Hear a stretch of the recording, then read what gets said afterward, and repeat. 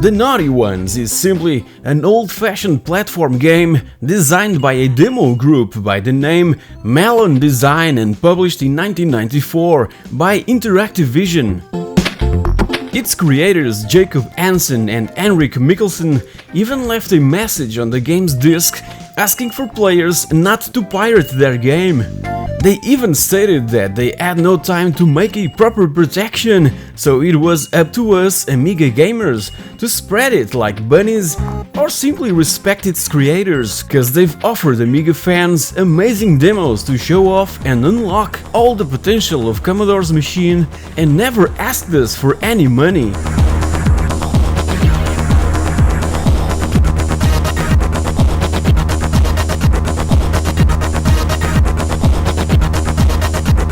Back to the game, we have to simply collect a key to be able to advance to the next screen. That's it!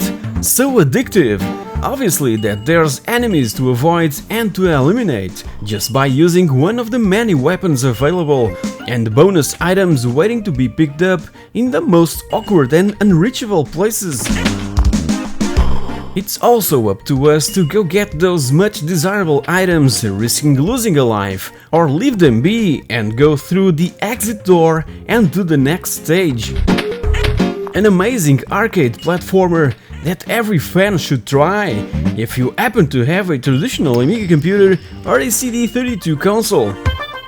It's an incredible game in every single aspect.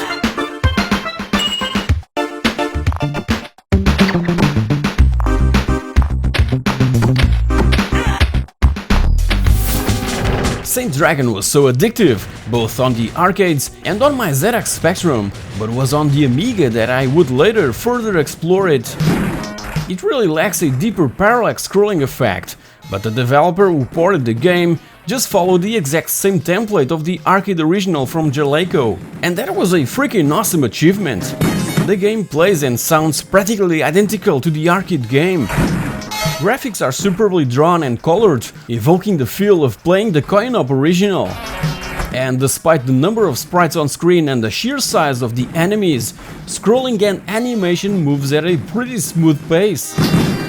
There isn't much to say about the plot of Saint Dragon. We play a cyborg warrior who has decided to rebel against the evil and oppressive forces of our tyrannical leaders. Like in RoboCop, we're part machine, part dragon, so I guess that we have feelings. One of the hardest games I ever played on the Amiga. The SNES completely different version that I've already reviewed is way easier and enjoyable. Even so, I've always had a sweet spot for this Amiga original that is graphically identical to the Mega Drive port, but let me tell you, the Maverick One is the perfect weapon to exterminate the aliens once and for all. Kid Chaos was an attempt from developer Magnetic Fields to give Amiga fans a Sonic-like experience on their favorite machine. It's fun, it's fast, it's fluid, it's a must-play to everyone that enjoys fast platforming action, just like me. It's true that back in 1994 it didn't bring anything new to this oversaturated genre, but it's a really solid platformer, technically impressive and interesting in its stylistic approach. It's challenging and addictive at the same time, and its plot is as simple as this.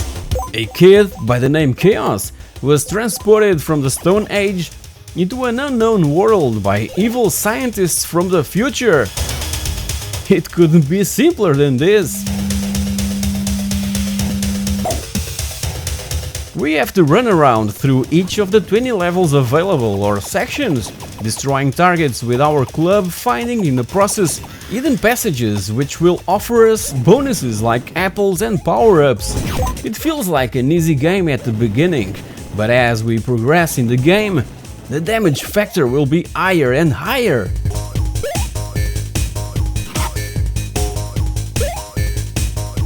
It was also available on the CD32, and during development It was known as Kid Vicious, a title dropped at the last minute due to a threat by lawyers from the famous punk rock band the Sex Pistols that saw it as a pun on the name of the musician Sid Vicious.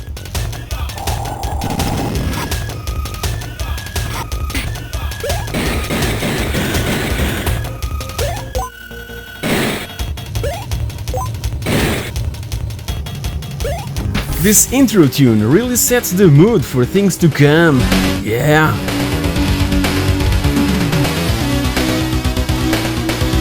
Roadkill is one of the greatest top-down racing games from its generation, with amazing sound, graphics, and an overwhelming parallax scrolling that reminds me of the very first Micro Machines released a few years before.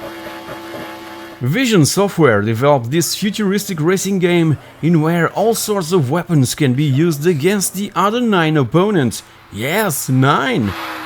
Nowadays we see this style of gameplay all over the place, and besides Roadkill, Revolt was and still is another favorite of mine, but on the PC and Dreamcast that was released 4 years later.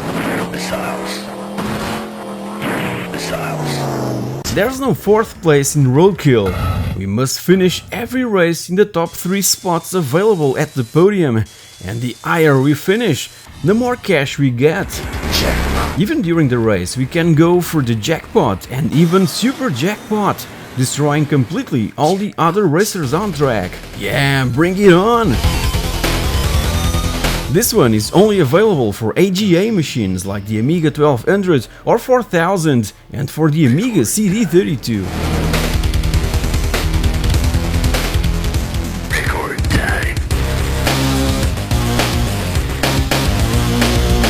The French division of Ocean Software, whose main objective was to develop 16-bit titles for Ocean, came up with the character Mr. Nutz, created by Philippe Desolé, that had its original debut on the Super Nintendo back in 1993.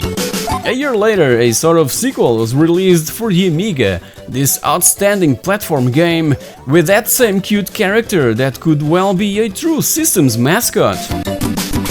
A Mega Drive version was also planned and finished, but never released, so Mr. Nutz Hoppin Mad remains as an Amiga exclusive and extremely fun to play with the Maverick. I have so many fond memories of playing Cabal at the arcades and later on my good old ZX Spectrum 128K. Tried the Amiga version a couple of years later and I was once again addicted to it. In Cabal we're behind enemy lines and have to fight through 5 levels, each with 4 stages in order to stay alive and reach safe ground. A friend can join in, and the general idea is to move our character from left to right, shooting at all the enemy soldiers that comes running on from the sides of the screen. Pressing the fire button, we're able to shoot and move around that giant site. Releasing the fire button will allow us to move the character from one place to another, running or rolling along the ground. As you've noticed, also bigger things need to be destroyed, like tanks, helicopters and trucks. Use grenades to take down these tougher opponents, but be aware that our supply is really limited. For last, one of the most satisfying things on Cabal is the ability to also reduce those buildings to bits and pieces. So much fun and an amazing port by, again, Ocean Software.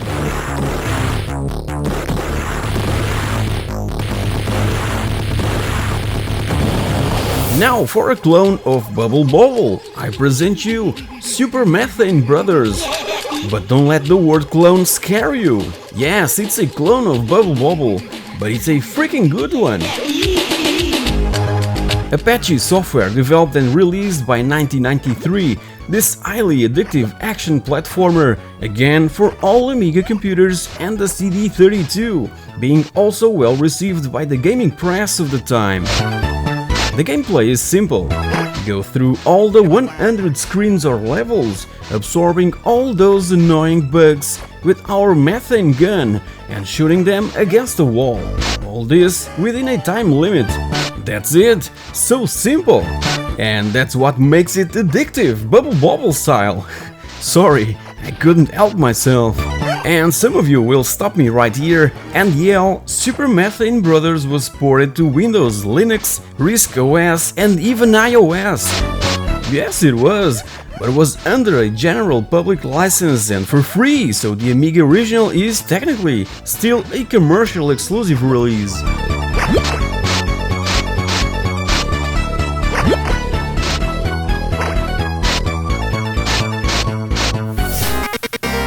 I absolutely love Midnight Resistance on every single system to where it was ported. My favorite conversion is probably the one for the Sega Mega Drive Genesis, made by Data East themselves, but sadly, it was never released in Europe. Nowadays I can play it using my homemade arcade cabinet, but back then I could only enjoy it on the ZX Spectrum and on the Amiga.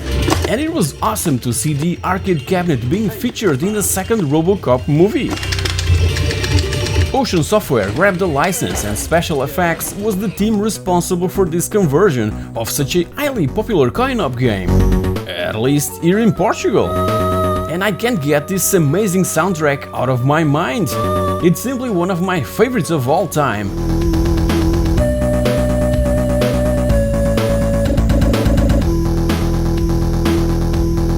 In this one, some nasty alien invaders have kidnapped our family. So obviously that our mission is to try and rescue them, going against a huge army of enemies, ranging from foot soldiers through to massive F-14s and huge floating heads that spit maggots. If you're familiar with the arcade original, you know that Midnight Resistance also offers multi-directional scrolling and huge backdrops, ranging from winding mountain trails to massive underground complexes. The two-player option remains intact, with the clever use of joystick control, allowing us to fire in 8 directions, regardless of which way we're traveling. Collecting keys dropped by the enemies will allow us to improve our firepower, and choosing the right weapon is crucial to advance in the game. It really plays like on an arcade cabinet, with huge and well-animated sprites along with smooth 8-way scrolling. Impressive!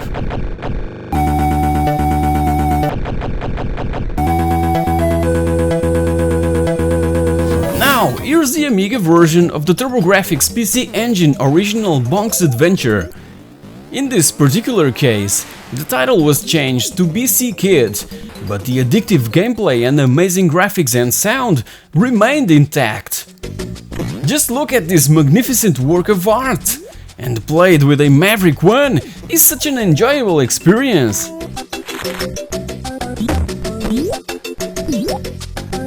The prehistoric theme applied to video games is always a subject for huge laughs.